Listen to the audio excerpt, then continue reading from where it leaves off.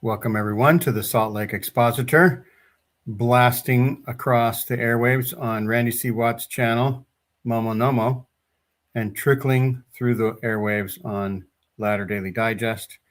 And Randy, you want to tell people what's been going on with... You bet. I would love to tell people what's going on. First of all, in my life, I hope that you all, before we get started, will take a knee and say a little prayer that the Seattle Seahawks will win the football game today. Gene has prayed for the San Francisco 49ers, and apparently his No avail. prayers are not being heard. So I feel like I'm a little bit special in that aspect. Or you're praying to the right God. Gene hasn't found him yet. I've been using Seattle. Zeus. I don't know what Yeah. other god to use. It just ain't working. But it's been an incredible week, and I wanted to just put out our best wishes, including Jessica. You're part of this, but there's being parts of the United States that are being blasted, like freezer blasted right now, with snow falling in unprecedented numbers. And we hope and pray that all of you are safe and protected. And, hopefully not too many people will lose power, but I think that's probably wishful thinking. And there's I've also been- way too much ice in Minnesota. Yes, that's for sure. Yeah. The wrong kind of ice. I'd rather Yes, have the exactly. slippery kind.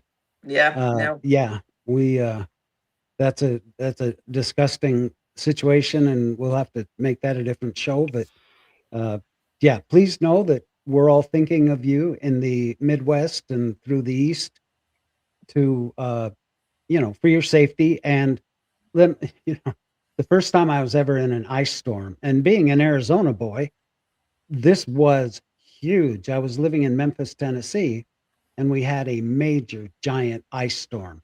Ice storms don't just form ice on the road. They form ice on the trees, which pulls the tree branches off. They form ice on the power lines and power poles, and it tumbles them down. And as far as driving, forget about it, especially if you're a kid from Arizona and this is your first time in an ice storm. That was pretty spooky. You'd go down a hill and then you couldn't get back up because, so I had to stay with some friends until the next day came along and we were able to take advantage of the cities clearing the ice off some of the streets. But it's a dangerous situation. So watch yourselves out there. Be careful. And if you don't have to go outside, why the hell would you? You know what I'm saying? What do you think, Jessica? You're in Texas. How's the weather? It's icy, exactly like you said. It's not like we got nothing, no snow. My daughter was up all night hoping, right? For Texan kids, that's kind of Candyland. When the white stuff comes down, they actually enjoy it. And school is off tomorrow, so here we go. That's a treat. Nice. But no, it's really my dad even called this morning. He was like, "Are you guys okay?" And I'm like, every German would laugh. I cannot even call it snow. It's just ice here.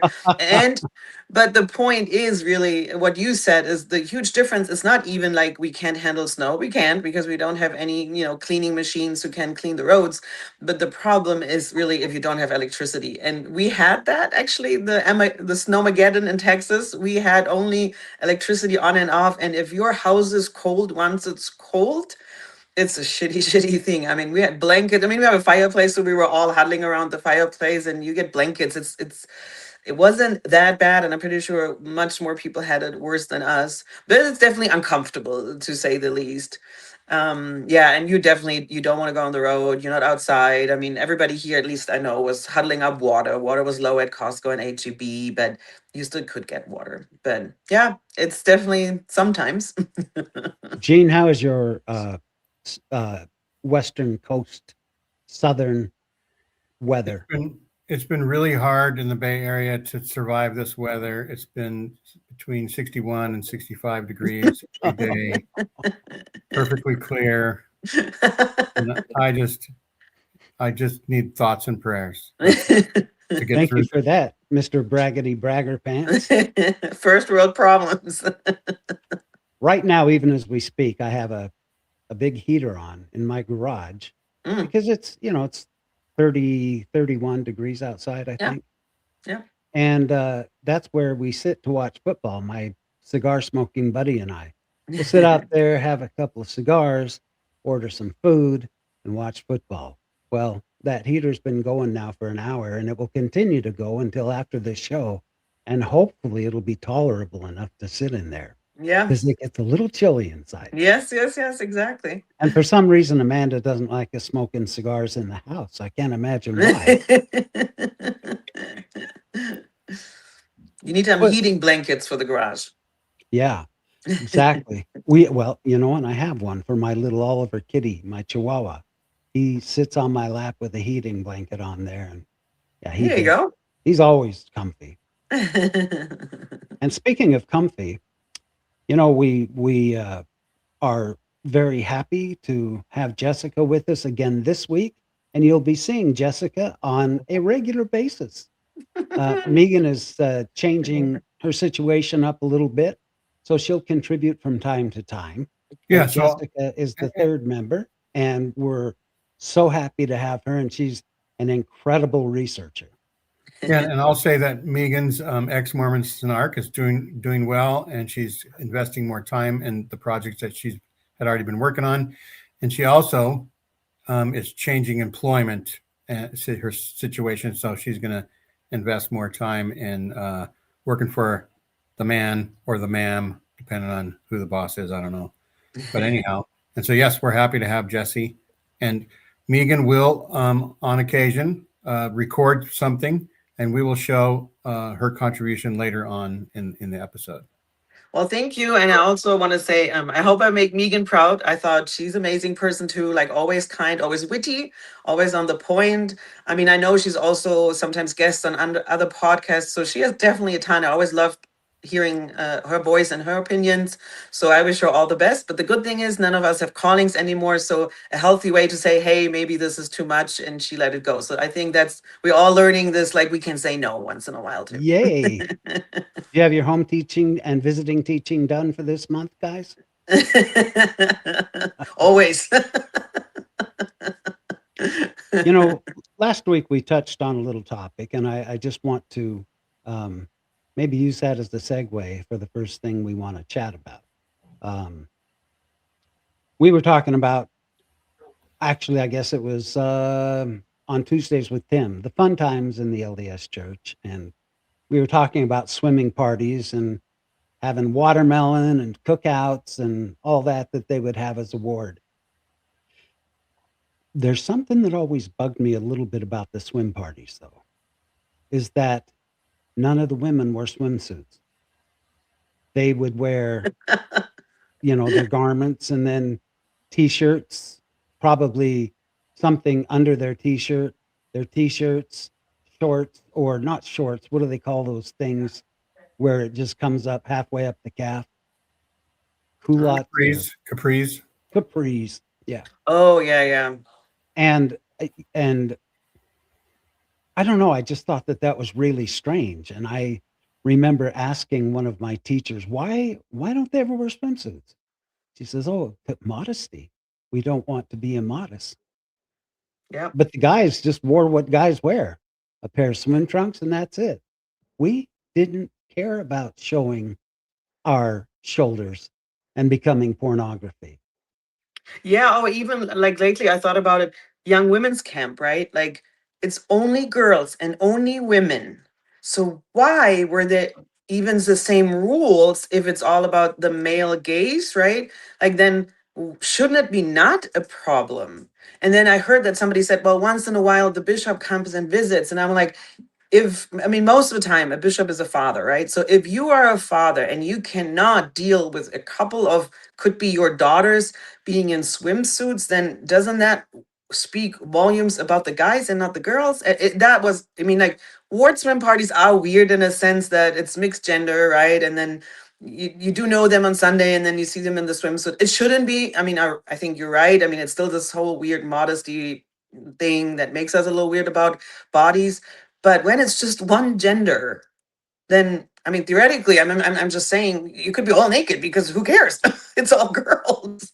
right? Something's a little out of balance. Yes. Uh, and I have grown up watching this, and I'm not, it's not like I'm a nudist. I don't walk around naked all the time, but I can certainly appreciate comfort. And I Yeah. know that the way that they were always forced my mother and my sisters to dress definitely was not comfortable in the heat of the Arizona sun. That's for But then sure. I go ahead, Gene. You say something? Are You're you on? muted. Yep. You're muted. Yeah. So Jesse just said that's for sure. Oh, okay. I and I started to get a little bit bugged at the modesty thing. Uh, I just want to tell you this quick story. I was in Sunday school and I was 11, and we were allowed to bring little show and tell items to our Sunday school class, and the teacher would let us show the class what we were proud of.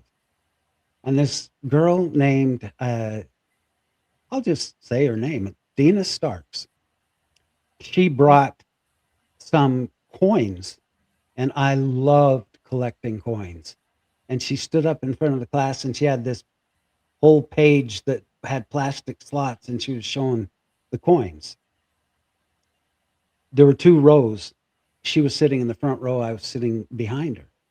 And when she came and sat down and we all oohed and awed over those coins, she set them on the ground underneath her chair. And so I'm stooping down, with my arms on my knees so I can look at these coins. And all of a sudden the lesson stopped. And the teacher said, "Randy Watts, maybe if you would stop trying to look up Dina's dress, we could go on with this lesson." Wow. She was in a metal folding chair, and I don't know, unless I can see through metal, I'm not looking up anyone's dress, and I didn't even care at that time. Yeah, and I just want to say you were kids. She she uh she shamed me publicly in front of my Sunday school class.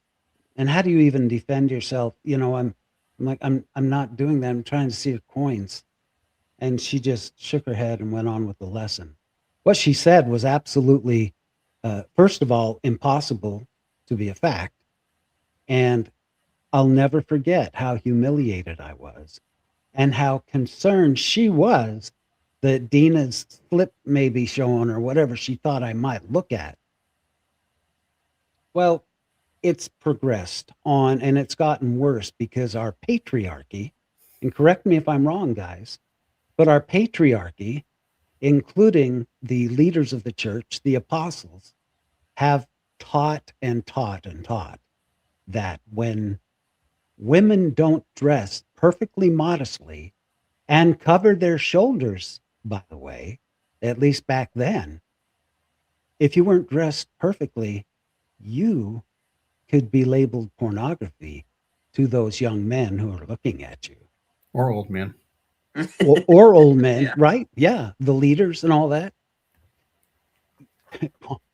And I'm thinking, wait, so it's never the men's fault Yeah. if they're having bad thoughts.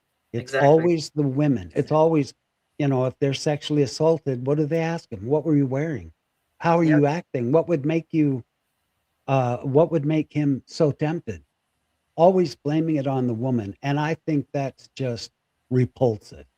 It is And repulsive, but I feel like there's also an element that we're forgetting is it's dangerous because what do you tell young men who get sexually assaulted and raped, which 90% they get raped by men? What were they right. wearing? Were their balls out? Were their their genitals too much on the display? And that's why it happens. And then it gets really disturbing if you look into child sexual assault. So what was the child wearing? So now you want to say the child that was 3 years old, 5 years old, 8 years old was the clothing. So why is it always only a problem when women wear or dress immodesty and not with children or men? And it's also then really disturbing or disorienting for boys because they're kind of like, so what did I do? Why was I asking for it? Like, if it's not the clothing, then why did that man thought it was okay, to do this to me? And in a humorous way, it's almost like if you would say when somebody breaks into your house, well, I mean, of course, look at your house. It's beautiful. Of course they would break into it. Nobody would ever make that stupid, disturbing, dangerous argument. That's why I really hate it. It's just so dangerous for any victim of any gender. That is so true. What do you think, Gene? I agree, except for I don't have anything valuable in my house, just so that nobody. Me neither. I don't think Michelle would like you to hear you say that. Okay, Michelle is valuable. She comes and goes as she pleases, though. I didn't install her. Jesse asked an interesting question as we were just about ready to come on the air. She said, do I feel like BYU is a microcosm of the church in general, the church as a whole? And looking at some of the instructors, oh my gosh, it's that and worse. And I wanted to show you an example. We often show clips of Megan Hayes, who is an incredible podcaster, and she is up on the news every morning. Gene and I have interviewed her once or twice, and she's always on it. She gets up early, studies the news, and if something happens in the middle of the night, she's up and reporting on it. Her and Rebecca Biblioteca both have that same enthusiasm, and we greatly appreciate it. Yeah. But she ran a story last week actually this week, that just about jolted me out of my chair. I don't know if any of you have ever seen a naked body, but apparently the church doesn't want any of us to know that women have breasts and boys have wieners. That is off limits. We can't handle it. Go ahead, Jess. Oh, I just said apparently we can't handle it. Apparently we can't handle it. Anyway, I just want to run this little segment for you that I think is really interesting. Here we go. In Mormonism, authority is the ultimate measure. What leaders say outweighs conscience, experience, or personal understanding. Now let's take a look at this video that came up in my feed recently. So I go to school at BYU, Idaho, which is a church-run school by the Church of Jesus Christ of Latter-day Saints, or the Mormons. And this is what I'm learning in my college-level human anatomy and physiology class. Every diagram is censored to block out the genitalia and female breasts. His reasoning was because there are freshmen in the class who are too young for that, or they will learn about it when they're older or when they're further along in their major. My favorite is how we're gonna go over the reproductive organs without being able to see them. So I don't know how that one makes sense. A good chunk of these freshmen that are too young to see the human body in an anatomically correct way will also be married within the next couple semesters, because that's just what's normal here. This does not make sense to me. This isn't just censorship, it's an educational problem. Are you freaking kidding me? Are you kidding me? At a college, an accredited college where people go to study things like medicine and physiology, anatomy, they have blocked out the breasts and genitalia so that hopefully the students won't know what's down there. It'll all be a big surprise. Yes. I mean, what came to my mind just this moment was, I'm pretty sure you guys remember this. There was a time, we're talking years, where pornography talk was every channel conference. We got hit over the head, right and left and front and back. So I remember even a bishop who said once in our ward, it's not a question of if a boy watches pornography rather than when. So if we on the other side say, boys will watch pornography, it's just what it is. Obviously we don't want them to, but it will happen, and we kind of at least acknowledge this to some degree, then how can a professor say a freshman, so in college, who is a graduate from high school, has never seen a naked body. So what is it? They're constantly seeing it and we're trying to stop this, or they're so naive and have never seen it, so we still need to protect them in college. I mean, you can't have it both ways, but Mormonism always wants it both ways. And that's why, like she said, why it's never makes sense. Anything never makes sense because you always hear both sides. Exactly. It's incredible that they, it's a similar thing. Like you can be 8 and be fully cognizant and aware and consent to being baptized, consent to do all the covenant path stuff when you're only 8, but you're not mature enough at 18 to study the human body. In cartoon, right? It was a drawing. It wasn't even a photography, which most biology books will have. This was a drawing, a freaking drawing. It's just a freaking drawing. That's right. It's just a chart. What? When I went on my mission to Spain, and they have commercials that show women naked, and guess what? The kids don't even think a thing about it. By the time they're freshmen in college, they know what's up. They know what's what, and it's no big deal.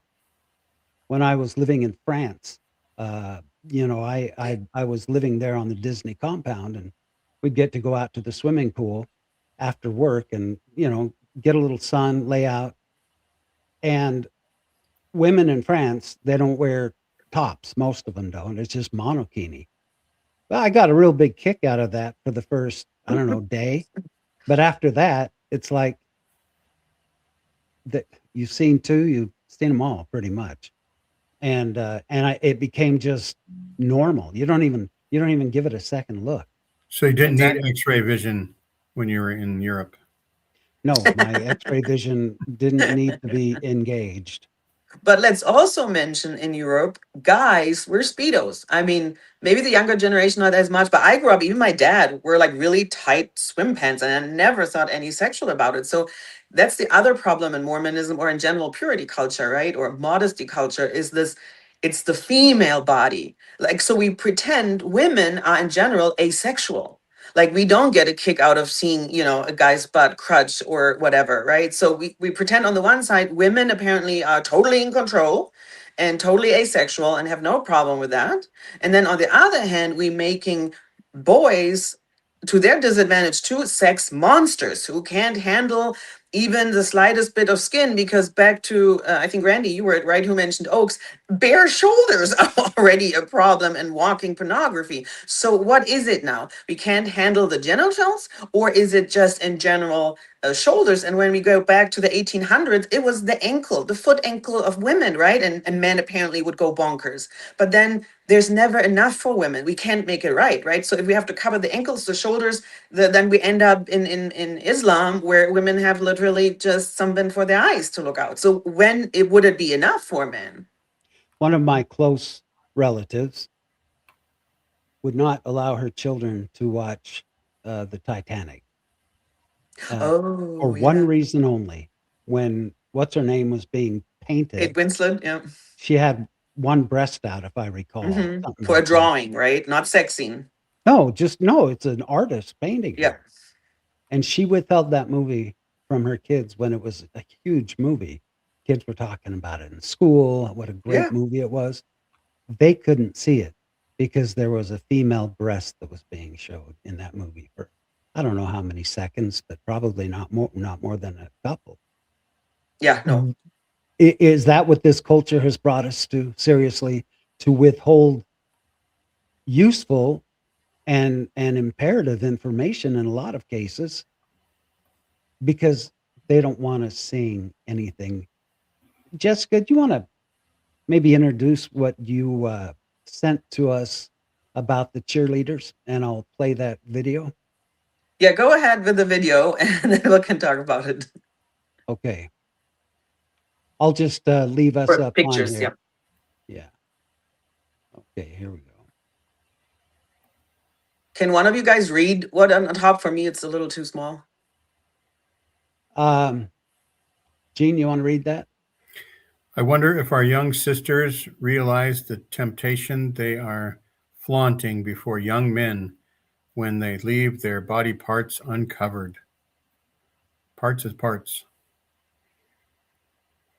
And then I can't read, but maybe Randy, you could just go back to your. Oh, sure. Yeah. I'll read it. It says, Yeah. BYU Idaho versus BYU cheerleaders. The Lord's standards are eternal and unchanging. Unless you have a Division I athletics program and don't want to look like loony fundamentalists on national TV. Yeah, Wow. I mean, this is just in a way, it's a little, humorous. But I mean, there's multiple aspects, right? The one aspect is like you have BYU Provo, right? So there's a distinction between BYU Idaho and BYU Provo. So BYU Provo is more the campus that want to be seen by the world, that they're accepted, that they are something, that stand for something. But they also know in a way, okay, that's too fringy if our cheerleaders cover their shoulders because, that's not what cheerleaders do in America. And then you have BYU Idaho, and I heard where somebody, or read it yesterday on a blog where somebody said BYU Idaho is what the church wants to be, and BYU Provo is what the church wants the world to see, kind of. So Right. it's a little ironic, but there is so much truth to it, and also the hypocrisy in Mormonism itself, right? Like that, for the one hand, we don't want to look like weirdos or peculiar people. That's a word Mormons like to use. But on the other hand, that's what we actually expect, especially in BYU schools. You can get kicked out of the school and lose your degree if you don't comply with dress codes. They are unusual and they are ridiculous. So I mean, too late.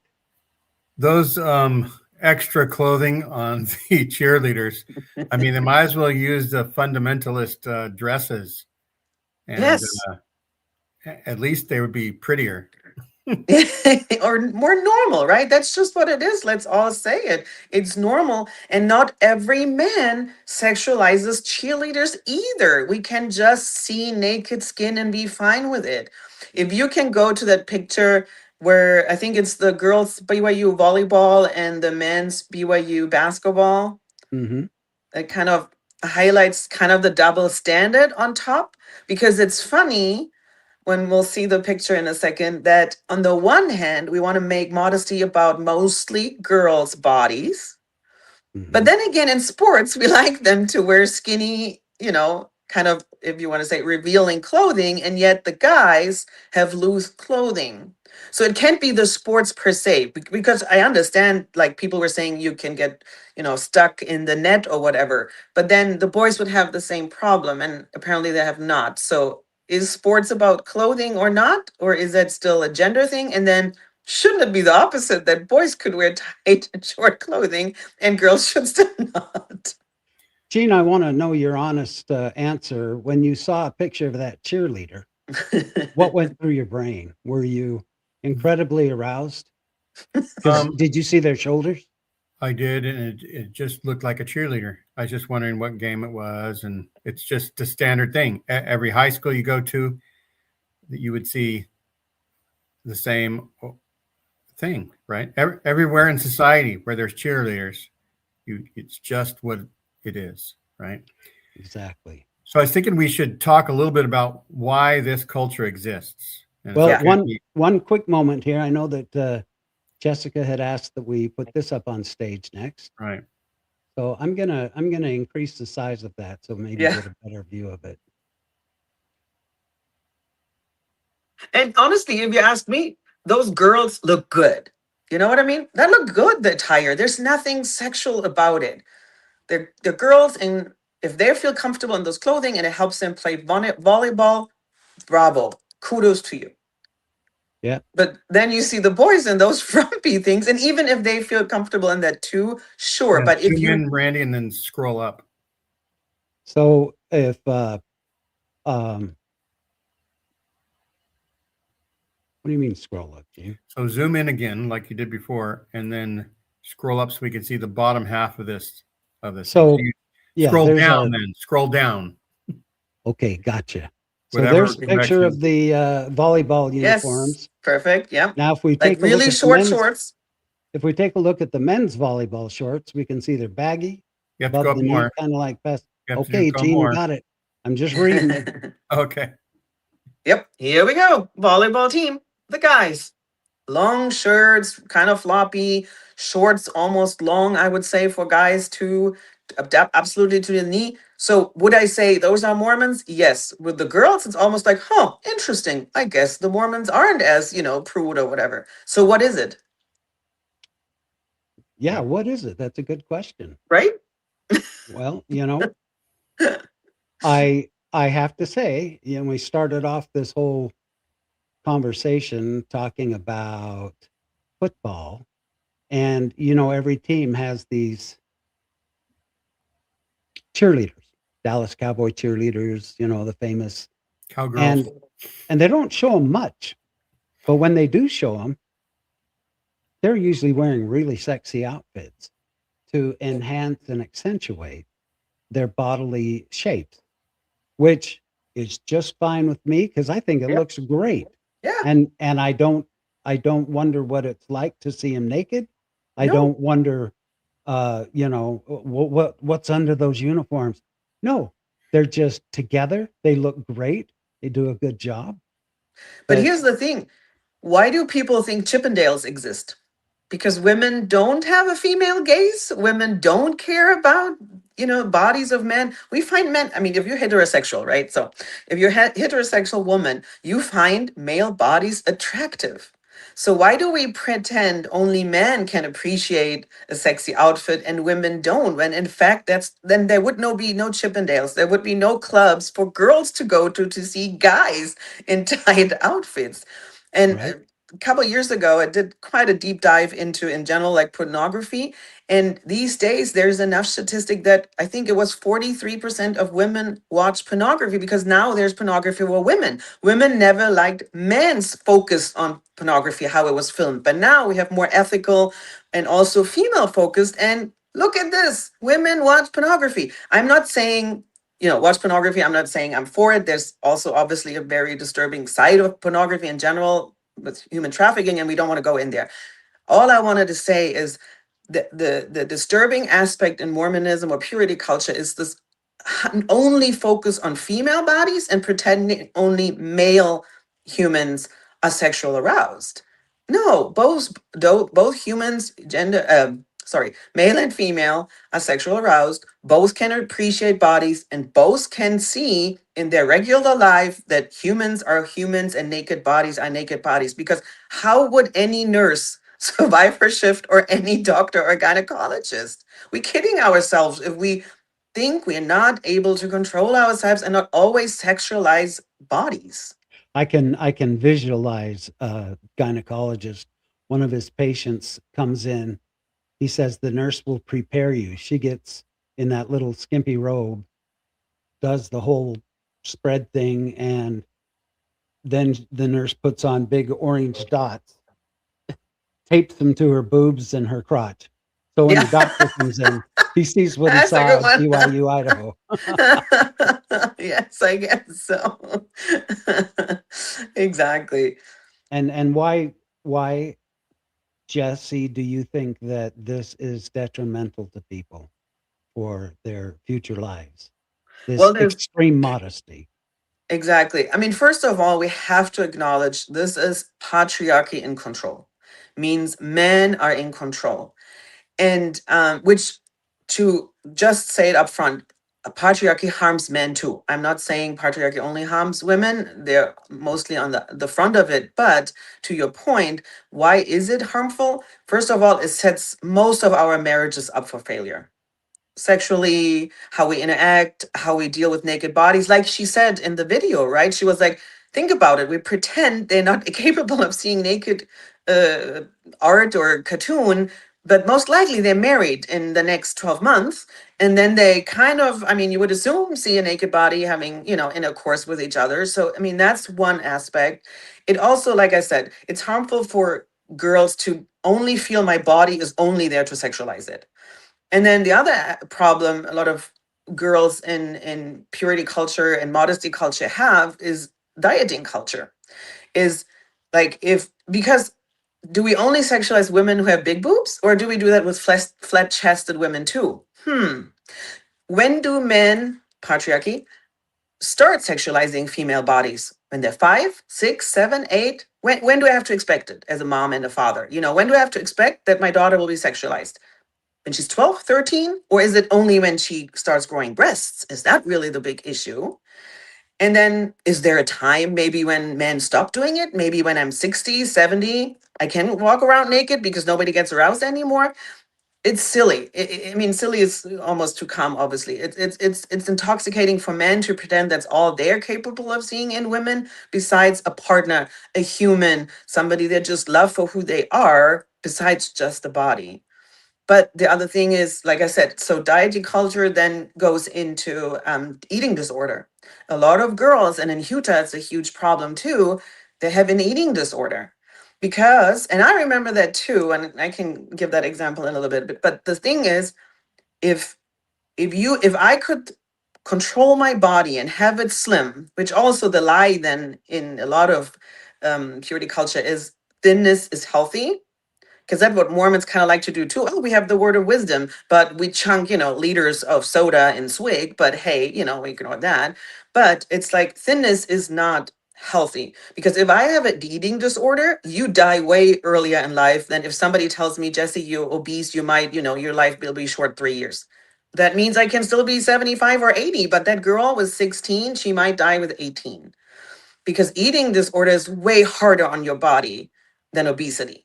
But we don't want to talk about it even as a culture, because we appreciated or learned to appreciate thinness. So there is like a real danger for girls. But it also really puts men, and it's like, what does it really say about our men? I don't see my husband. I don't see you guys, my sons, my brothers. I'm like, they're not sex monsters. That's not the only thing they see in female bodies. And they're, oh my gosh, they don't know where to look if, if a naked shoulder. Then I do wonder how men really, like, how do you go to the beach? You just, being erect all the time. Like, we all know it's not true. Yeah. It's I would harmful for love to get both. a t-shirt that says, I overcame anorexia. Because I'll never look anorexic. Yes. But also, to Jesse's point, the harm that's caused is when it's like saying, don't think of pink polka dotted elephants. Everybody's going to think about it. So if you say, don't look at their shoulders, or don't look at this, or don't look at that, it's going to make it more curious, right? So the modesty culture causes the problem that they're trying to solve by, talking as if a natural body, as in, the textbooks, is something that can't be seen by humans, right? Except for a certain place, right? And I know that there's something in the temple where God says, only within my bounds, right, is what the exclamation point is. But we also want to know, for people who haven't been to the temple, what are the things historically in Mormonism that have caused this modesty culture, this purity culture? And it's called rape culture in the regular world, but we'll use the modesty culture because it's easier on the algorithms' ears. And so anyway, so here's not necessarily the start of it, but here's a harmful quote, and it's by Reuben J. Reuben Clark. He says, "I'm sure you girls do not appreciate, you young people, and it may not be the older ones, that the nudity which your fashions now sanction and indeed call for has its origin in those minds which seek to clothe you, that you may appeal to the baser passions of men. And if so clothed, you shall be assaulted. Take at least part of the blame to yourself." So that's Lovely. one of the things that shows that somebody who apparently dresses not modestly is causing men to have these problems. And yet there's other things that say otherwise. And then here's another example of an ad that said, "Don't shortchange yourself. The way you dress advertises your standards," right? And then modesty. "It's much easier to ask women to dress like shapeless, sexless adolescents than to expect men to think and act like decent human beings. So that's what the counterpoint is. Men Yes. should just act like decent human beings. But if you cover something up, I mean, I'm sure that even like burqas and other things are cause men to be excited to see more than just the eyes of the Of female. course. Of course. Look, I saw some lady's ankle the other day. They could talk in the locker room. you Yeah. know, You know, when I was 8 years old, my dad really effed me up for many, many years by something he said to me. I was just a normal 8-year-old kid, and I'd run from my bedroom into the bathroom, and I'd have my tidy-whitey undies on. And one day my dad came to me and he said, "Son, you're 8 years old. You're going to be a young man soon. And so I think it's time that you stop wearing underwear where your mom can see." Wow. so you went naked then. Disturbing. Yeah, it's like, what do you say? I Yeah, thought, I exactly. remember as an 8-year-old thinking how weird that was. Well, and Like, that's incest. Like your mom would sexualize you? Right. yeah, of course she wouldn't. She doesn't No. care if I'm in my tidy whities, but She my saw you patriarchal thousands of father, times. Yeah, yeah, she even saw more than that when she changed my freaking diapers. exactly. But I mean, you I mean, know, she bathed you when you were 2, 3, 4, helped you out. Exactly. yeah, it's Exactly. just, it just, and you know what? I got to tell you, as I was growing up, I was a little funky with my whole nudity thing. Um, I, I mean, I'll be honest with you, because it was such a no-no to see any nudity, and such a, a, a sin if you should. It made me, and I know my friends, want to see those nudie magazines a lot more, Of course. because now it was the forbidden fruit. And Exactly. heaven forbid we should find out Yeah, that women have breasts. And, exactly. you know, Jessica did some research and came up with something that, let me tell you, this really bugs me too, is that when the church hangs artwork, well, there's famous pieces of art that are in chapels all over the world, but they've had their artist go in, and where Mary's holding baby Jesus, and she may have a little cleavage because she is a nursing mother. Exactly. Heaven forbid that they should see that cleavage. So what do? Can you enlarge that, Gene? I'm not sure how good it'll look. Oh, just pinch and open it. You know what I'm saying? Yeah. If look what they did. They actually painted over her chest so that it looks like she's wearing a Mormon approved outfit that she could wear her garments with. But look closely. It's even worse. It's not even, you could think they put the hem up, but they also made her flat chested. There's not even a bump anymore. Right. Yeah. Right? Well, So it's they don't want double us, worse. they don't want us to know about breasts. Too late. Yeah, it's really disturbing. And that's the other thing, that when I learned about purity culture is connected to diet culture, is connected to patriarchy, is that patriarchy idolizes a child's body. I mean, at this point, it's almost like a sausage fest, right? Then why don't you admit you like guys? You know what I mean? That's really what you want from us women, to look like guys, have no figure. Because if you cannot learn in a normal way and handle that some women have more curves than others, I mean, that's just human nature. And then there's also culture. So patriarchy and purity culture is also racism, because you idolize mostly white female bodies, because there's lots of culture where females have way more curves, and actually guys appreciate it. They don't like the flat-chested women. Right. So it's not even, it's more like there's geography, there is different races. So there's also a part of racism that we have to look in the face and say, wow, this is really disturbing on a lot of different ways. Yep. And here's another example. They Jessica, clip the wanted to wings tell of the us- angels and they put more modest clothing on them, I think. Yeah, they had to Yep. put shoulders on their angelic robes Yep. so that they could wear their garments. Because I hope you all know that when you're an angel, you got to wear garments. And it's so silly to clip the wings, because can you not deal with art as a Mormon? Can you not appreciate, hey, that was a different religion, that's what they believe, you had to clip their wings? I mean, so You know, what, leave the wings on. exactly. Maybe some religions believe that angels Yeah, have wings, but typically that's just an indication that they're angels. You know, they put the exactly. wings on there, symbolic that they're angels, they're angelic.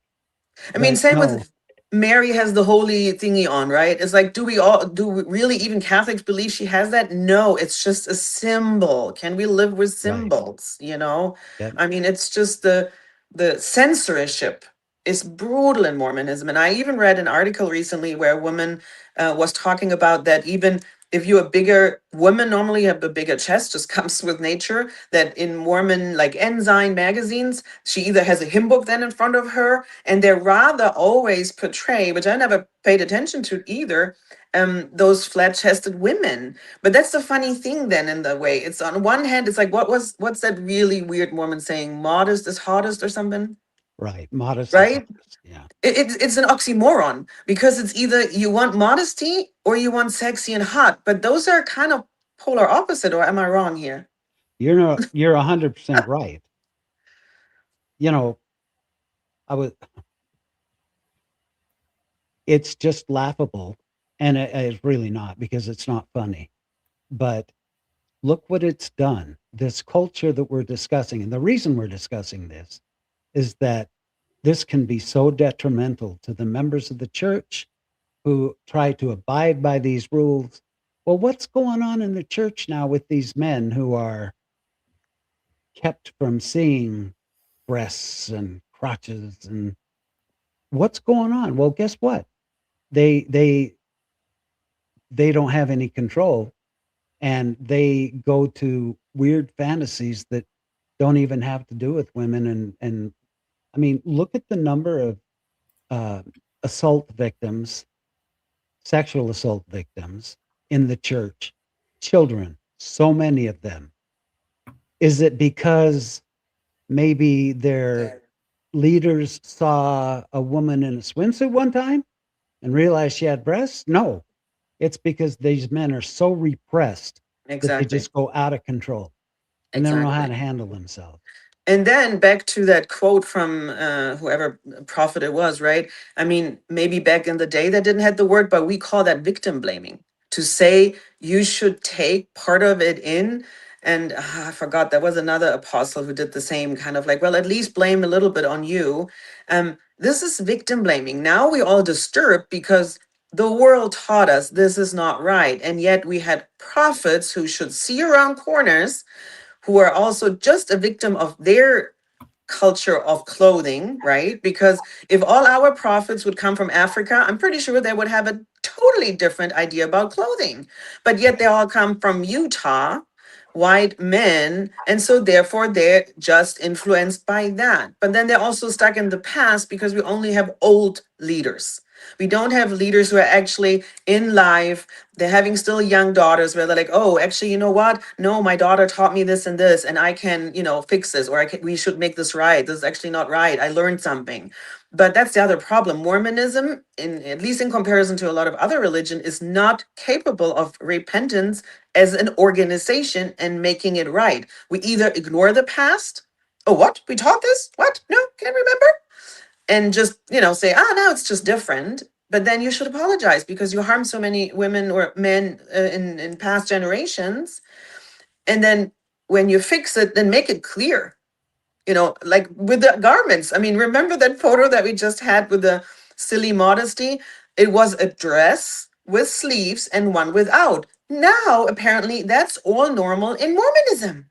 Even the garments don't have sleeves. So Temporary commandment, right? yes, exactly. Or prophets can't see around corners, because if, a year or decade is just a minute for God, which I mean, that's kind of what you have to believe, right? For him, time is not the sense that we have of time. He should have known that the clothing will change and the garments. So then why was it such a big deal for this prophet when it's all of a sudden, poof, gone for this Yeah, so prophet, you're apparently. saying if God gets distracted, 20, 30, 40 years could go by before the church actually changes the things that God really wanted to change way earlier.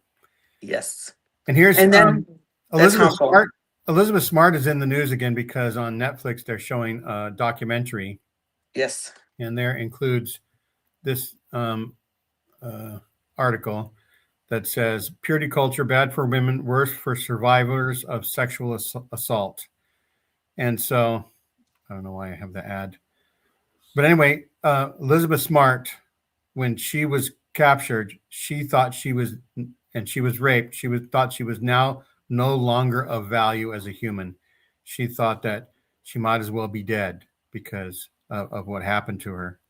And so, And it's heartbreaking. If I may read from The Guardian about Elizabeth Smart, it was a sure. great quote. It says, "Where does a woman's value lie? In her brain, her heart, her spirit? According to right wing culture warriors, between her legs. That's what underlies the emphasis on virginity as purity and the push for abstinence only education. And it has a very real consequences, most recently articulated by Elizabeth Smart. Smart, who was kidnapped and held for months while her captor repeatedly raped her, recently discussed how her religious background made her feel worthless after the first rape. How she understands why others wouldn't even try to escape if, like her, they were taught that sexually impure women had nothing to offer." I mean, that just gives me goosebumps. This is so dangerous and painful and no I words. I want you both to think back because you know that we've sat through thousands of lessons in all the meetings that we attended. But I want you both to think back. I can tell you that there were dozens of lessons about don't drink, don't smoke, don't, the word of wisdom. There were dozens of lessons about you've got to go to the temple. You've got to do your home teaching. You've got to do this. You've got to do that. But I want you to think of how many lessons you had growing up and into adulthood to right now. How many lessons did you have about how wrong it was to assault a child? That's a good point. Yep. Never heard a word about it. No. But you can sure as hell bet that they're going to teach lessons about how girls need to have their shoulders covered and their dresses down to their knees. Yep. So And also that, let's face it, right? Statistically, child abuse is 90% a male that you knew. So this boogeyman, this like stranger in, running and grabbing you and whatever. I mean, even Elizabeth Smart, let's put it back to, she knew that man. That man went in and out of her house, was a former Mormon, believed, I mean, he was nuts that he's a prophet. But where did he got all those ideas from? Mormon culture, Mormon influences, right? And then he went with it and he wanted to live polygamy. That's why he stole, whatever you want to call it, kidnapped Elizabeth. So we don't talk in Mormonism because we don't want to imagine that, I say it now maybe too harsh, but that the beasts are under us. They're living beneath us. They're not the stranger. It's not the Catholic. It's not the other. That's always so nice. It's the other, right? Nobody from our circle. And it's 90%. I mean, Boy Scouts abuse was done 100% by Mormon Boy Scout leaders on Mormon Boy Scout boys. how old was Elizabeth Smart when she was kidnapped? 14. 14. So you notice he didn't kidnap a woman who he could have polygamy with. There's a lot of women out there that would be happy to say sure. But what does he do? He selects a 14-year-old girl. Exactly. Which goes back to our roots in Mormonism, right? Joseph Smith Right marrying back to an JS. exactly. And we have to say it. We still see it now in Utah and FLDS and the Kingston clan. They always end up in jail because they're marrying teenage girls. And that's how polygamy started. It's coercion, it's forcing them in some sort of a marriage because then their families will be exalted and Joe Smith could promise that whatever. There's a power dynamic that's absolutely already toxic and abusive. But that's the roots of our religion. And as long as we cannot face that as well and say, whoa, we have some things to talk about and bring it to light, I think Mormonism is doomed. You need to start by the roots and fix them and make it, like, say it out loud. It was bad. It was not from God. And then maybe work on purity culture and modesty as well. But I feel you have to start with the roots. This stupid modesty attitude that the church has is detrimental to all of those growing up in it, because it gives this false narrative about what's good and what's bad. Yeah. And bad education. That's right. the other thing. You groom kids to be almost perfect victims for pedophiles if you have no words for it. If you don't know how it works, what a person is not supposed to do, that an adult should always honor your boundaries. But if you don't even can name your body parts, because that's the other thing in Mormonism, a lot of parents, they don't want the school to educate the kids about sexuality, but then it's only no sex before marriage education at home. Exactly. That's breeding victims. Exactly. Gene, did you have something you wanted to present?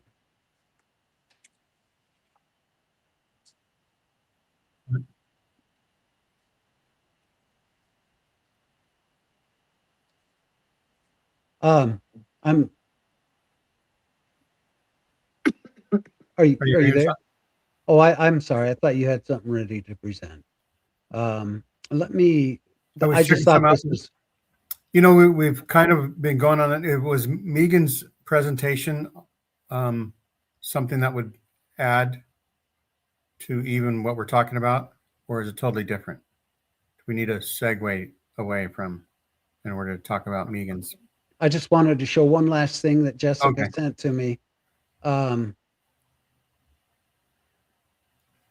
think it's just funny. It's like, Yeah. so the father says, I noticed you're wearing open-toed shoes. So when did you become a whore?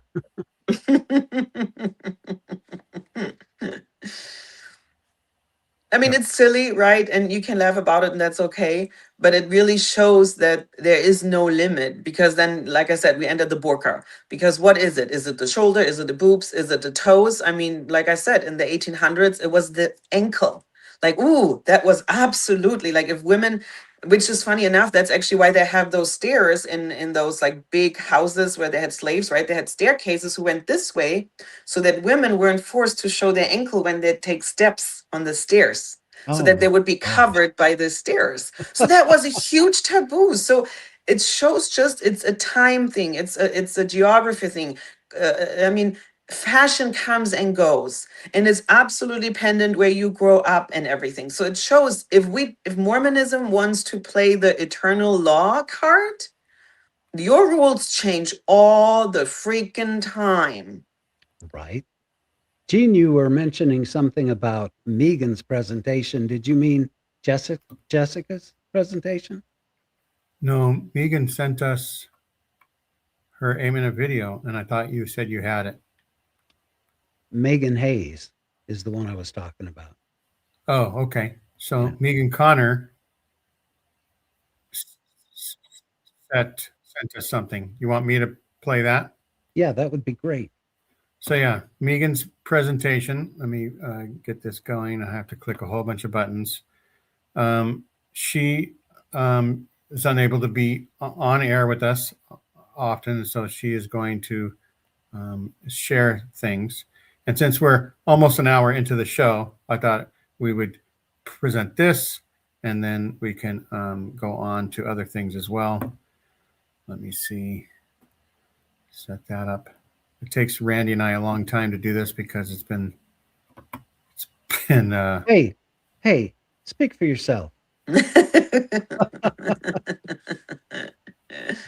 We had too much fun last night with all the Gene's the one posters. actually who taught me to do all this. So yeah. So here is Megan's.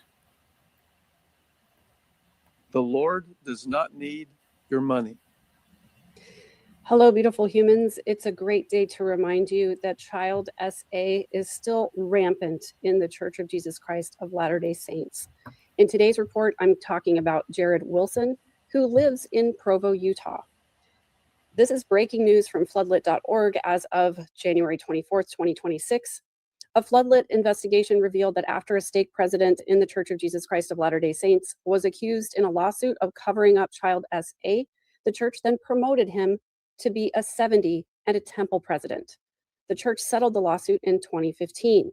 Floodlit also learned that the convicted abuser discussed in the lawsuit later offered advice for entrepreneurs on a church-owned university's YouTube channel and attended temple services as an unregistered S offender.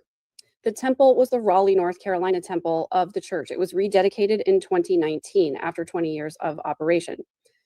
Elder Matthew S. Harding in Area 70 in the church's leadership said, quote, "The open house was a chance of a lifetime." He'd been assigned by the church's first presidency to coordinate the temple's open house and dedication. Harding was president of the Raleigh stake from 2008 to 2018 when the church assigned him to the Area 70 position. In 2023, the church made Harding the Raleigh Temple president. As of January 2026, Harding remains in that position.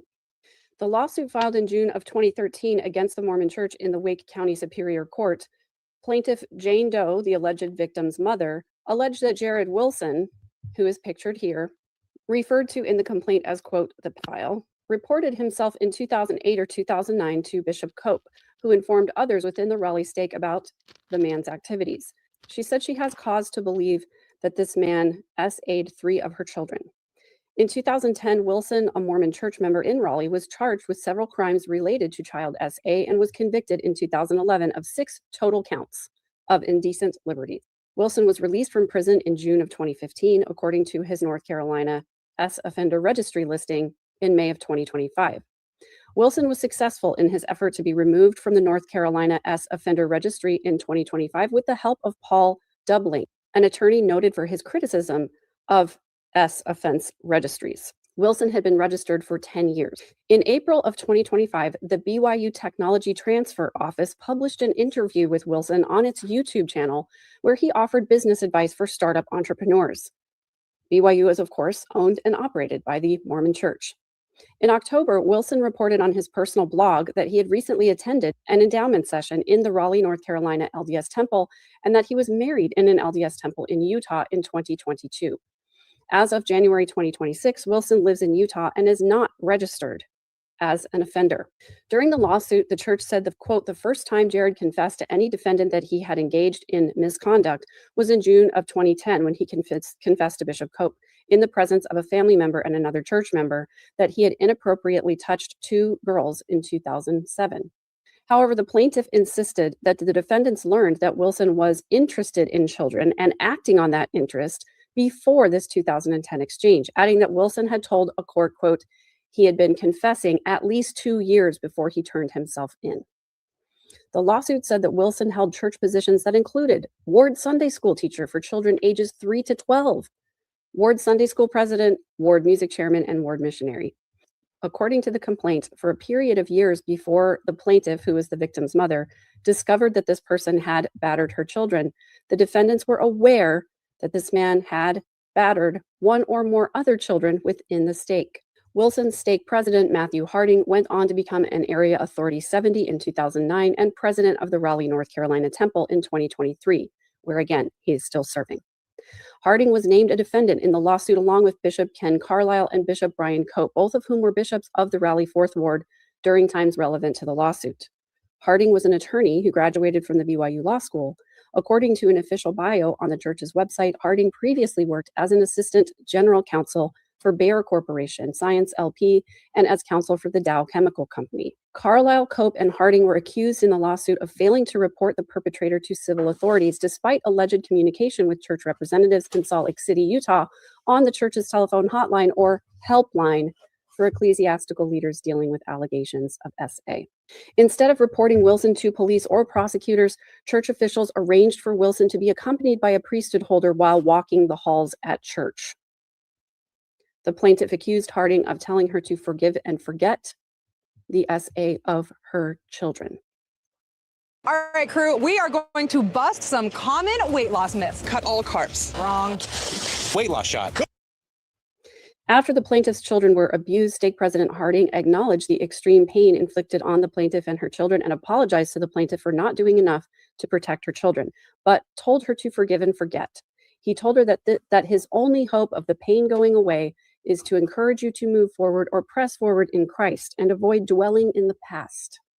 The suit said that in August of 2011, Stake President Harding, concerned that the plaintiff might insist on accountability among defendants, met with the plaintiff and threatened her by saying that he would report her for abusing her children so as to try and prevent her from making the defendants accountable for the man's battery of her child. It also alleged that in making that threat to the plaintiff, defendant Harding stated that he had a, quote, legal obligation to report abuse, even though at no time did Harding report the man's known SA of multiple children. The lawsuit settled in September of 2015. Floodlit is seeking copies of court documents in this case, and it would be the Wake County, North Carolina civil case number 13-CVS-008873-910.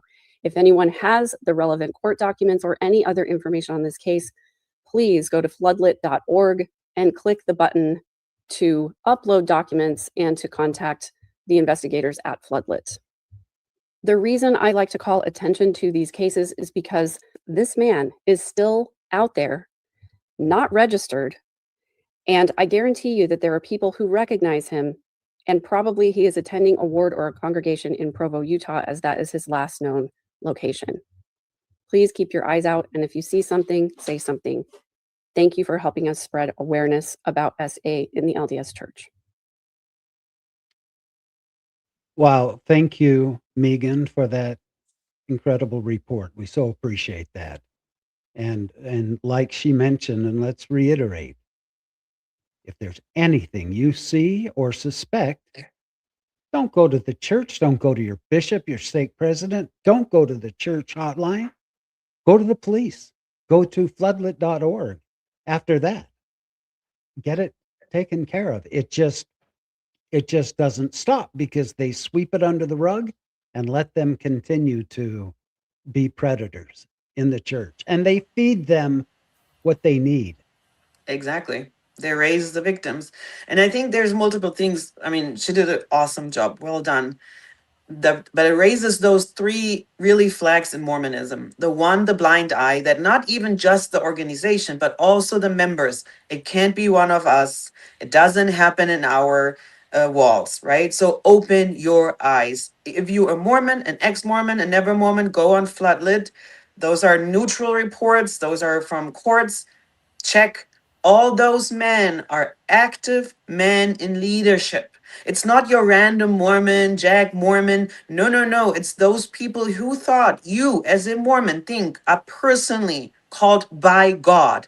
Any man above bishop, Mormons believe, are literally called by God. So either that your God is really doing a really, really bad job, or your gift of discernment does shit. I'm sorry to say it that hard. The other thing is the repentance she mentioned. It's a very dangerous tool to pretend and think you can heal or do away such atrocity because you can repent and then force the victims into forgive and forget. I mean, I'm sorry. I would run from this organization if that's their attempt to protect their weakest and youngest. That's so right, so relevant. So thank you for that. It's a travesty. It's sad, and it's well, you know, I have to interject just a little personal opinion about the church. They are the biggest hypocrites that I've ever seen on the face of this earth. It's all about making them look good, sweeping any travesties under the carpet when it comes to kids, and not worrying about the safety and the education of their youth. It's all about keeping those patriarchal pricks, as I call them, keeping them looking good. looking good. We don't want any bad press. That's right. Lying by omission. Mm-hmm. Yep. I mean, it's a cosmos that's just bigger than family, right? Families do, unfortunately, for hundreds of years the same, protecting their own, the perverted uncle, the weird aunt, right? Instead of looking inside and saying, oh, our system is not healthy. We need to kick out the people who hurt. But then we're afraid that we lose respect in neighborhoods. We lose respect from other people.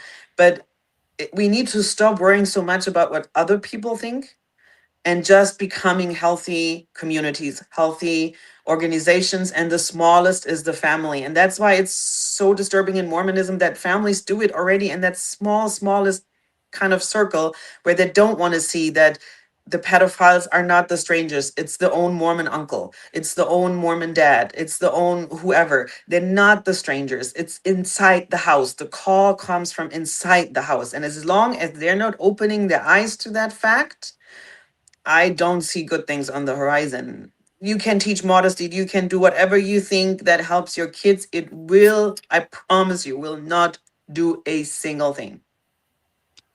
Amen to that. Well, I think that that this has been an incredible show, and we want to finish it off with something that Jessica has prepared. Is there anything you two want to say before we go into her last two items? Okay. I think we said it all. We made our statements, and Megan was a perfect ending. Yeah. How bad it is. Yep, that was great. Okay, here we go.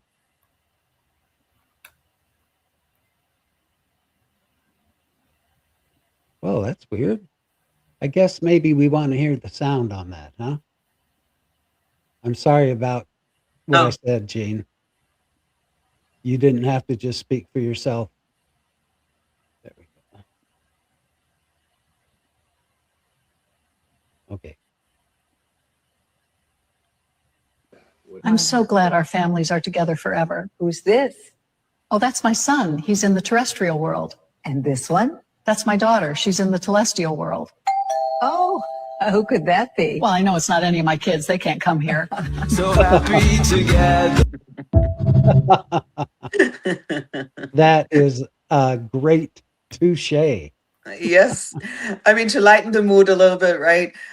So we came up with the idea that because I like to post content, I come up with the top 3 reels I have and the top 3 stories, and I make it real short at the end. But I also want to say to our viewers, if you feel like this is repetitive or it's too much, I really don't take it personally. You can say, hey, we don't need this at the end of the show. If you think it's kind of funny, helps you, happy to keep doing it, just upfront.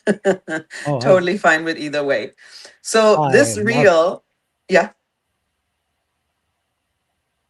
Okay, and then we got one more here. Yeah. We're going to bring up.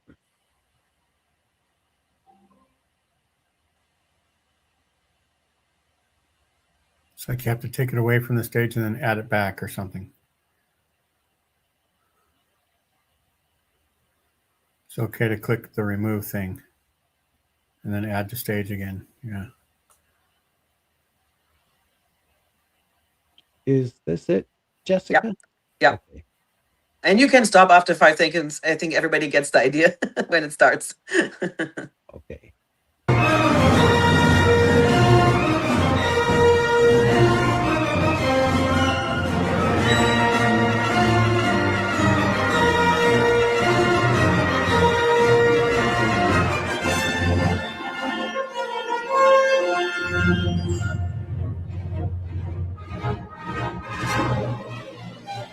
Almost as long as the credit. Those are all things that people said that they weren't told. That's it. Now repeat. So those 2 reels were in the over 500 views. So they were definitely this week my top viewed reels. And I thought they're humorous, right? But always there's so much truth to it, right? I mean, with the celestial kingdom, that's reality for Mormons. If you believe in that heaven, half your family will not be with you. Yes, Mormons believe you can visit, but only in one direction. Still doesn't sound pretty lovely to me, or a heaven I want to go to. Then the Star Wars one was things that ex-Mormons were taught that Mormons tell us we never taught that. You misunderstood. You're making this up. And that was the huge list of the ever-changing Mormon corridor or Right. doctrine, whatever you want to call it. I thought it's funny because I'm pretty sure we all can relate to this, where you're like, wait, what? It's gaslighting as its finest, but it's Touche. Mormonism. Yes. Absolutely. Yeah. So if you want to see more things, head over to Jessica Frankel's Facebook Yes. page where she posts a lot of stuff. Randy and I interviewed Jessica about 8 months ago. How long ago was it? Something like that. Yep. Yeah. We did, I think, a two-parter because she has so much to talk about. Her life and then what she chooses to post and stuff like that. Did we do 2 parts, Jessica? Yeah. Okay. Well, I was apparently under the influence of drugs on the second part. Remember, and something that you saw about the celestial, terrestrial, and celestial kingdoms. Even if you're willing to pay to get into the temple, to pay to have your family forever, because it's not going to happen if you don't come up with the cash. Yep. But even if you true believing members are willing to pay all that to be with your family forever, my parents did. Guess what? I'm not going up to the celestial kingdom. Yep. So, or maybe to outer darkness. Who knows, right? We are all apostates. We're not even, we flew away and are just kind of Jack Mormons or whatever you call those Mormons. I mean, there's also some theory we could be the outer darkness material. I mean, that's the other thing in Mormonism. You never know. Some people want to believe it, some not, right? Because who wants to believe their kids go to outer darkness? well, You tell me. if I'm cast into outer darkness, I sure as hell hope I can take my cell phone with me. Watch social media and stuff. That'd be really doom scrolling. Right. Doomsday scrolling, whatever. Yes. It's gonna be a party. That's for sure. Hey, thank you all for coming and listening to us.